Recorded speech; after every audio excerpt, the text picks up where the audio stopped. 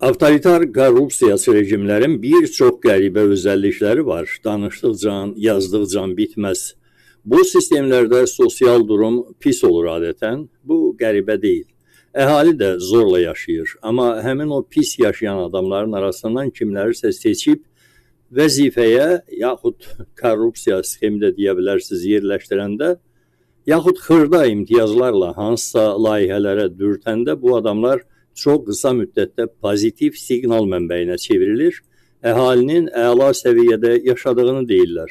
Onlara ya elə gəlir ki, hamının həyat səviyyəsi bunlarla birlikdə yaxşılaşıb, ya da sadəcə olaraq aldıqları gəlirli imtiyazlara görə diktatora şükür dualarını bu şəkildə çatdırmağı borc sayırlar. Təbii ki, ikincidir.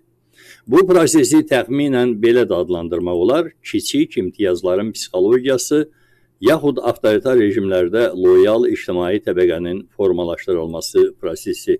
Yadınızda saxlayın, avtoritar korrupsiyaçı rejimlərin ən bic xüsusiyyətlərindən biri budur ki, sosial vəziyyət ümumilikdə pis olsa da sistem daima məmnun azlıq yaradır. Cəmiyyətin əksəriyyəti yoxsulluq və qorxu içində yaşayırkən, rejim müəyyən qruplara, bürokratik, media, QT və ya layihə imtiyazlarına kiçik güzəştlər verir.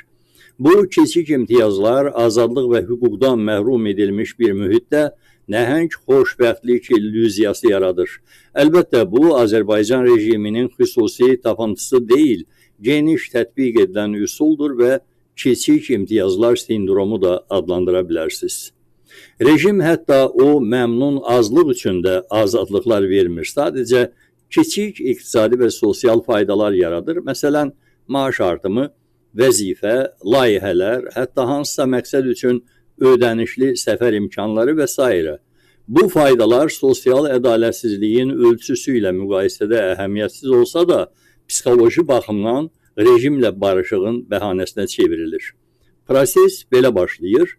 Adam bütün sistem çürüyüb demək əvəzinə, deyəsən axı vəziyyət o qədər də pis deyil relsinə düşməklə öz vicdanını rahatladır.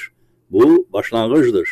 Azərbaycan təcrübəsində bu kursun bir başqa başlanğıc nöqtəsinə də rast gələ bilərsiniz. Daxili siyasətdə müəyyən problemlər var, amma xarici siyasət mükəmməldir. Tanış gəlirmi?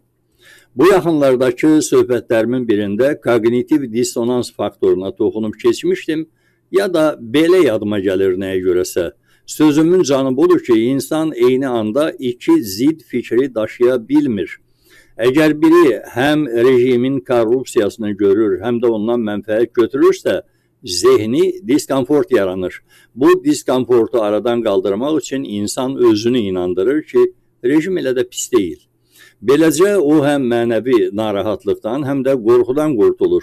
Rejim bu insanları öncə real güc mövqelərinə deyil, simvolik əhəmiyyətə malik vəzifələrə və ya layihələrə yerləşdirir. Onlar özlərini sistemin bir parçası kimi hiss etməyə başlayırlar və bu onlara təhlükəsizlik illüziyası verir. Bu illüziya onları yavaş-yavaş rejimin mənəvi təbliğat ordusunun nəfərlərinə çevirir və hətta tədricən açıq müşahidə ediləcək templə aqressivləşə də bilirlər. Avtoritar sistemlər üçün bu tərz sosial kapitalın icarəyə verilməsi kimi izah oluna bilər. Yəni, rejimi müdafiə edənlərə qismən rifah, qalanlara da anti-rifah paylayır. Avtoritar rejimlərin bu sosial siyasət tərzi əlbəttə xoşbəxt azlıq və susqun çoxluq arasında ziddiyyətləri davamlı olaraq dərinləşdirir. Xoşbəxt azlıq düşərgəsinə yerləşdirilmiş şəxs susqun çoxluq tərəfə ikrahla baxmağa başlayır, bunu gizlətməməyə çalışır. Başlanğıcda simvolik və ya şərti inteqrasiya niyyəti ilə sistemin psixoloji sığortasını əldə edənlər tezliklə ədalət hissini dəfn edirlər. İnsan artıq doğrunu deyil, öz payını müdafiə etməyə başlayır. Təbliğatın könüllü daşıyıcıları sırasına yeni vahid belə əlavə edilir.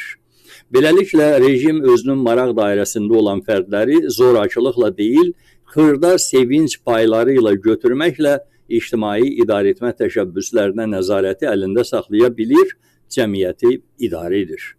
Avtoritar rejimlər üçün sədaqət bir qayda olaraq ideologiya ilə deyil, maddi rüşvətlə təmin olunur.